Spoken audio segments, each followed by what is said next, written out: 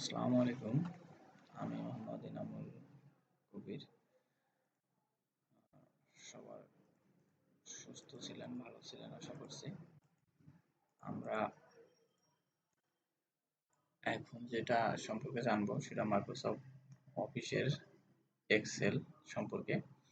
তো আমি সময় সেভের জন্য এক্সেল ফাইলটা আগেই ওপেন করে রেখেছি। আমরা গতদিন প্রথম পর্বে শিখছি কিভাবে একটা ফাইল ওপেন করতে হয়, এক্সেল ফাইল।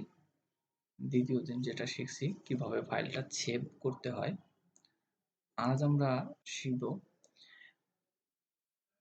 একটা এক্সেল শিটে কিভাবে আরেকটা নতুন পেজ নিতে হয়।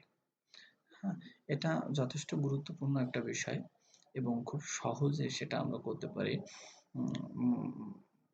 এক্সেলের কিছু কিছু ভার্সনে, ফর এক্সাম্পল 3, 7 এগুলোই ডিফল্টভাবে 3টা পেজ থাকে। আর 10এও 3টা পেজ থাকে। 13 এবং 16 বা 13 বা 10 এর পর থেকে সবগুলোই একটা করে থাকে। এরকম একটা থাকে।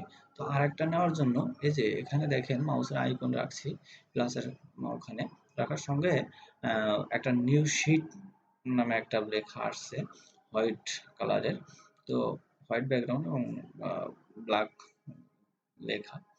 তো যাই হোক, এখানে জাস্ট একটা ক্লিক দিলে এখানে দেখেন শিট 1, শিট 2। তো এখানে দেখেন আপনার অনেকগুলো লেখা আছে, এখানে শিট 2 কিছু নাই। আমরা আসলে কি কি শিখলাম এরকম শিটে প্রত্যেকটা শিটে আমরা লিখে রাখবো। তো আমরা গত সপ্তাহে যেটা শিখছিলাম এখানে সেভ লিখে রাখি, এসে ভি সেভ ফাইল।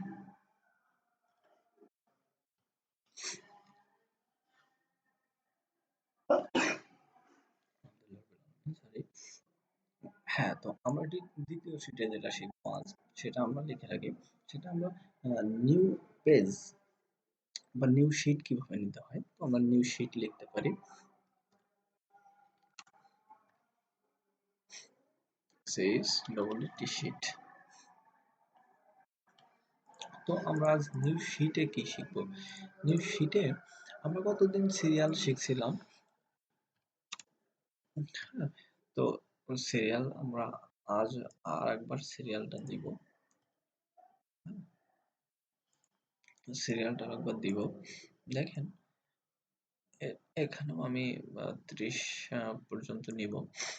হ্যাঁ, এ সাইডে কিন্তু সিরিয়াল আছে। এটা কিন্তু কখনো কাউন্ট হবে না। প্রিন্ট হওয়ার সময় এমন এই সিরিয়ালটা আসবে না। আসবে কি? এই যে এখান থেকে এই যেটুকু আমি ব্লক করেছি, এরপরের থেকে যত অংশ দরকার আপনার প্রিন্ট দেওয়ার, তত অংশটাই আসবে। এজন্য এটা কিন্তু কাউন্টেবল না। এই এ এবং এই পাশে যে 1 আছে, এটা কিন্তু কাউন্টেবল না। এখন দেখেন এটা কিন্তু এক সাইডে আছে।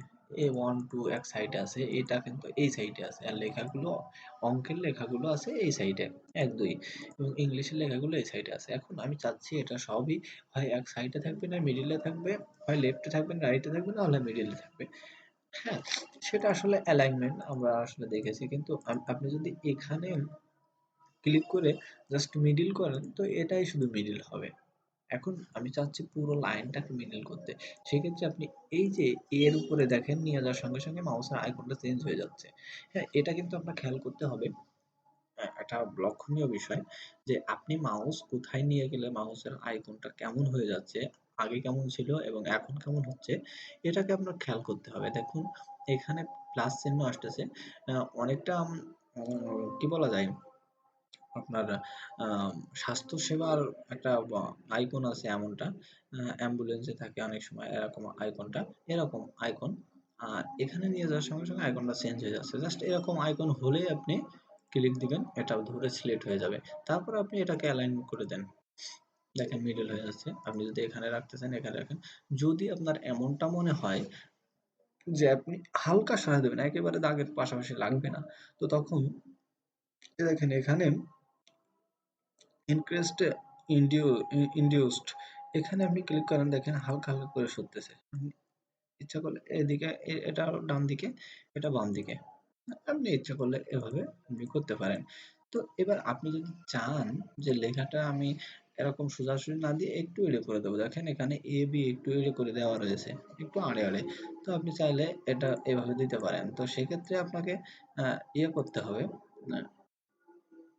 ফরম্যাট কল করতে হবে। এই যে এখানে গিয়ে জাস্ট একটু ঘোরা দিতে হবে, দিলে দেখেন ওই লেখা দুটো ঘুরে গেছে। আর যদি আপনি পুরোটা চান তো পুরোটাও করতে পারবেন, কোনো ব্যাপার না। এখানে যান, ফরম্যাট কল করেন, হ্যাঁ, করে তারপরে এটাকে আপনি ঘোরায় দেন। আমি 40 ডিগ্রি করে অ্যাঙ্গেল করে দিলাম। হ্যাঁ, প্রত্যেকটা অ্যাঙ্গেল হয়ে যাবে। এখন অ্যাঙ্গেল করতে পারলাম, আমরা মিডল করতে পারলাম, তাই না? মিডল করা শিখলাম, কিভাবে মিডল করতে হয়, অ্যাঙ্গেল করতে পারলাম। আমরা দুটো জিনিস শিখলাম। এখন আরেকটা জিনিস শিখবো, আমার এই ঘরটা কিন্তু এত বড় প্রয়োজন নাই। আমার ঘরটা একটু ছোট হলে ভালো হয়। সেক্ষেত্রে আমরা ঘরটা, এই যে মাউসের আইকন দেখেন কেমন হয়ে যাচ্ছে? এই যে, এই যে এখানে নিয়ে গেলে এক কালার, এখানে নিয়ে গেলে আরেক ডিজাইন হচ্ছে। তো এটা টেনে জাস্ট আপনি এরকম দিতে পারেন। এরকম দিলে হয়ে যাবে, সমস্যা নাই।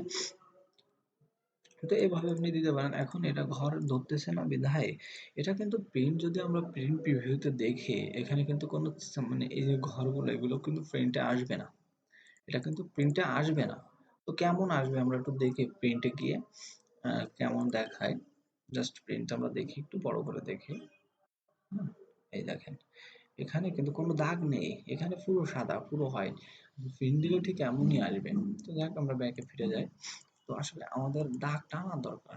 আমরা যেমন মাইক্রোসফট ওয়ার্ডে দেখেছি, হ্যাঁ, মাইক্রোসফট ওয়ার্ড যদি আমরা আসলে একটু দেখি, মাইক্রোসফট ওয়ার্ড একটু দেখে আসি আসলে আমরা কিভাবে দাগটা কাটতে হয়। মাইক্রোসফট ওয়ার্ড আমরা ইনসার্টে গিয়ে এখানে টেবিল থেকে ড্রয়িং করলে দাগটা এরকম হয়, তাই না? তো এইখানে আসলে দাগটা আরো সহজ এবং সুন্দরভাবে করা যায়। এখানে কিন্তু ডিজাইন করতে গেলে অনেক মানে সমস্যা হয়। এই যে ডিজাইনগুলো আমরা ওখানেও করতে পারবো, কিন্তু এখানে ডিজাইনগুলো অনেক সমস্যা হয়। তো যাই হোক, আমরা ওটা ক্লোজ করে দিলাম আপাতত। এখানে আসলে কিভাবে আমরা দাগটা করতে পারি? জাস্ট আপনি এখানে ক্লিক করেন, আবার করে আপনার যদি এদিকে প্রয়োজন না হয় তাহলে আপনি সিলেক্ট করে নিতে পারেন এভাবে। হুম, এভাবে সিলেক্ট করে নিতে পারেন। জাস্ট এ পর্যন্ত সিলেক্ট করলেন যতটুকু প্রয়োজন। তো এখানে গিয়ে, এখানে, হ্যাঁ, বটম বর্ডার, বটম বর্ডারে গিয়ে এখান থেকে আপনি এই যে ওয়াল বর্ডার করে দিতে পারেন। ওয়াল বর্ডার করে দিলে দেখেন জিনিসটা কেমন আসছে। হ্যাঁ, এটা যদি আপনি একটু বড় করে দেন, দেখেন অনেক সুন্দর লাগছে কিন্তু দেখতে। হ্যাঁ, এটা যদি আপনি প্রিন্ট প্রিভিউতে দেখেন, ডিজাইনটা আপনি চেঞ্জ করতে পারবেন অবশ্যই। হ্যাঁ, তো প্রিন্ট প্রিভিউতে গেলে দেখেন ডিজাইনটা কেমন লাগতেছে দেখতে, একটা লাগতেছে, তাই না? অনেক সুন্দর লাগবে দেখতে।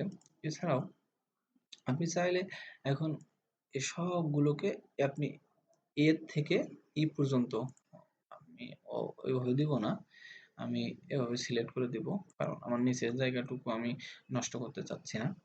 নষ্ট করলে কি হবে সেটা পরের বিষয়। দেখেন জিনিসটা অনেক সুন্দর দেখাচ্ছে, কিন্তু এখানে আপনি চাইলে অন্য কিছু লিখতে পারেন, কোনো ব্যাপার না। এই যে এখানে লিখবেন, দাগ কিন্তু এখন থেকেই যাবে। আপনি এই দাগটা এরকম টেনে নিন, সমস্যা নাই। হ্যাঁ, কোনো সমস্যা নাই।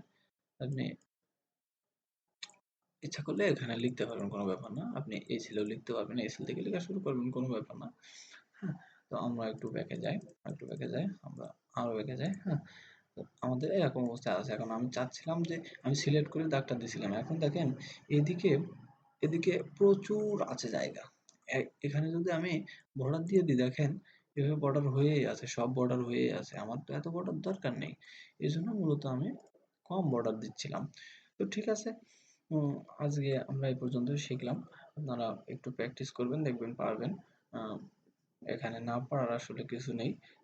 কোনো কিছু বুঝতে না পারলে আহ, পরবর্তী টিউটোরিয়ালে সেখান থেকে আমি আবার বুঝাই দেব।